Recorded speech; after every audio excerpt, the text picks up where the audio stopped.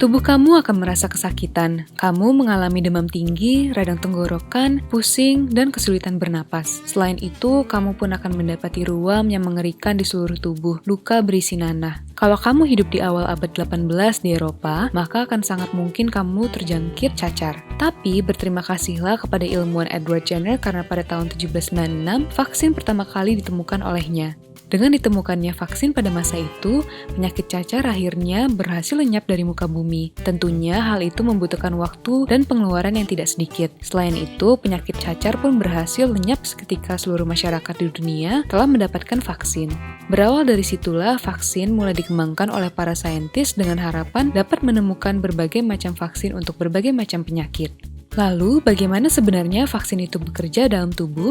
Untuk mengetahui bagaimana vaksin bekerja, kita perlu terlebih dahulu mengetahui bagaimana kerja imun sistem kita dalam melawan patogen atau virus yang masuk ke dalam tubuh. Jadi, secara alamiah, ketika mikroba asing masuk ke dalam tubuh dan menyerang pertahanan tubuh kita, maka hal ini akan memicu imun sistem tubuh untuk merespon serangan tersebut dengan melakukan pertahanan. Kemudian, sel dalam tubuh akan mengidentifikasikan bagaimana cara terbaik dalam melawan dan menyerang virus tersebut. Setelah virus itu mati, tubuh akan membentuk imunitas, sehingga ketika virus itu datang kembali, sistem imun tubuh sudah mengetahui bagaimana cara untuk melawannya. Namun, hal itu dapat beresiko apabila virus tersebut masuk secara alami dan menyerang seseorang yang memiliki imun lemah. Jadi, untuk menghindari resiko tersebut, kita memerlukan bantuan vaksin sebelum kita terserang virus itu secara langsung. Sejauh ini, terdapat berbagai jenis vaksin yang dikategorikan berdasarkan penggunaan teknologinya yang sudah ditemukan dan dikembangkan. Jenis vaksin live attenuated virus dan inactive virus merupakan jenis vaksin yang paling umum. Yang pertama, live attenuated vaccine merupakan jenis vaksin yang dibuat dari virus yang telah dilemahkan. Jadi, virus tersebut tidak akan menyebabkan penyakit, namun akan merangsang sistem imun tubuh kita agar mengenali lalu membentuk kekebalan terhadapnya. Saat suatu hari nanti kita terjangkit virus yang sama, tubuh sudah memiliki memori dan siap melawan virus tersebut. Contoh vaksin ini adalah vaksin cacar dan polio. Sedangkan inactive virus terbuat dari virus yang telah dimatikan. Kedua jenis vaksin ini memiliki respon yang sama ketika diinjeksikan ke dalam tubuh. Namun, pengenalan pada virus dan pembentukan imunitas tubuh serta antibodi dari vaksin dengan jenis inactive virus tidak bertahan lama. Contoh vaksin yang termasuk ke dalam kategori ini adalah vaksin hepatitis dan influenza. Selain itu, yang membedakan live attenuated vaccine, virus dalam vaksin inaktif tidak memperbanyak diri, sedangkan virus dalam live attenuated vaccine masih bisa memperbanyak diri namun tidak menyebabkan penyakit. Yang ketiga, mRNA vaccine. Vaksin ini tidak menggunakan virus atau kuman yang dilemahkan atau dimatikan, melainkan menggunakan mRNA dari spike protein virus. Vaksin mRNA diberikan dengan cara disuntikan ke otot, biasanya di bagian lengan atas. Setelah masuk ke dalam tubuh, kode mRNA dari vaksin yang ditangkap oleh sel imun akan mengarahkan sel tersebut untuk memproduksi spike protein, yaitu protein yang menyusun bagian dari permukaan virus. Selanjutnya, setelah sel imunitas tubuh mengenal protein yang dibentuk tersebut, sistem kekebalan tubuh akan menghasilkan antibodi yang spesifik untuk melawan patogen asing itu.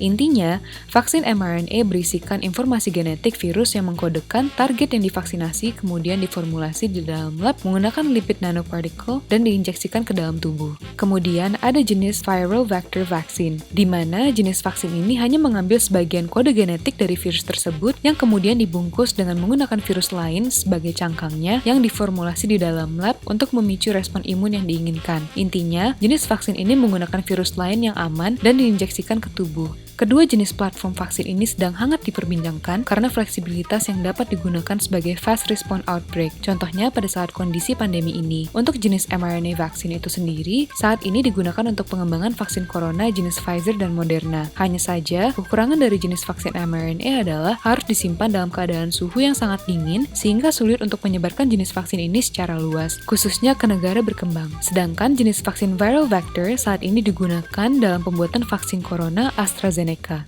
Dalam pembuatan vaksin tentu terdapat beberapa tahapan klinis sebelum vaksin terdistribusi dan aman digunakan oleh masyarakat. Tahapan klinis tersebut berupa riset dan pengembangan terkait virus, uji praklinik dengan menguji vaksin kepada hewan, tahap klinikal di mana dalam tahapan ini vaksin akan diuji kepada beberapa golongan masyarakat sebagai relawan. Setelah melalui tahap klinikal, maka vaksin akan melalui tahap verifikasi dan approval. Kemudian tahapan terakhir vaksin tersebut akan didistribusikan secara luas dan masif. Umumnya, tahapan pembuatan vaksin sampai mendapatkan sertifikasi dan distribusi membutuhkan waktu 10-15 tahun.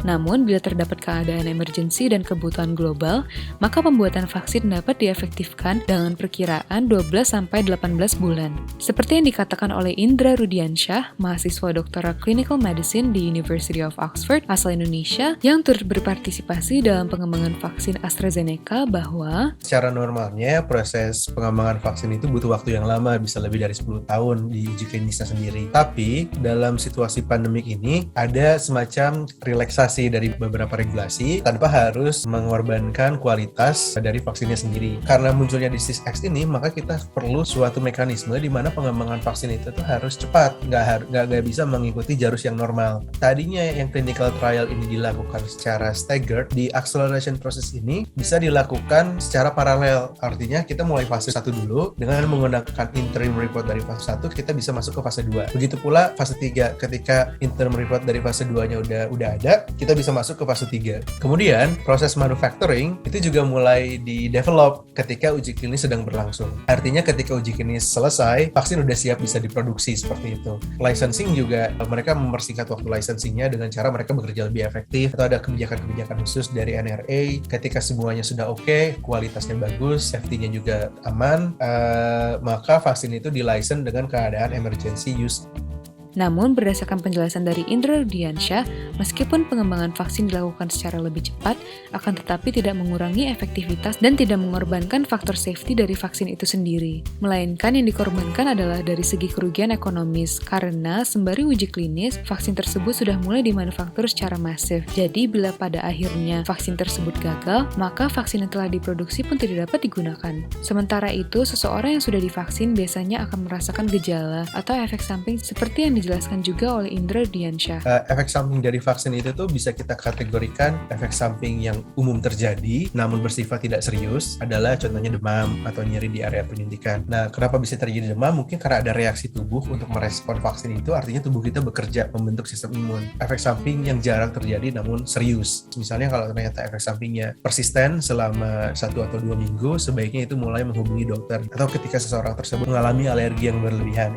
Selain itu, berdasarkan penjelasan Indra Rudiansyah, efek samping yang dirasakan adalah hal yang sangat wajar, karena tidak hanya vaksin, semua obat-obatan pun juga memiliki efek samping. Meskipun begitu, obat-obatan tetap dikonsumsi oleh banyak orang, mengingat benefit yang diberikan obat itu kepada tubuh kita, seperti untuk membantu meredakan nyeri atau penyembuhan penyakit. Nah, begitu juga dengan vaksin yang masih dibutuhkan masyarakat, mengingat rasio benefitnya bagi tubuh dan sistem imun. Oleh karena itu, jangan khawatir dengan gejala yang dirasakan, karena gejala efek samping dari vaksin merupakan hal yang wajar, dan itu sebagai bentuk respon dari sistem imun tubuh saat terdapat agen eksternal yang masuk ke dalam tubuh. Jadi, vaksinasi merupakan hal yang penting untuk tubuh membuat antibodi sehingga dapat mempersiapkan diri dari ancaman penyakit dan virus berbahaya. Dengan kata lain, dengan melakukan vaksin berarti kamu mencintai dan melindungi diri kamu dari paparan virus yang dapat membahayakan diri kamu bahkan keluarga terdekat kamu. Sudah siap untuk divaksin? Because if you want to stop the variants of COVID-19, we need to stop the virus with vaccines. Jangan ragu untuk melakukan vaksin. Bila kamu masih ragu, mungkin kamu bisa mulai berpikir, yang sudah vaksin saja masih bisa terpapar COVID-19. Bagaimana kamu yang belum dan masih ragu untuk divaksin?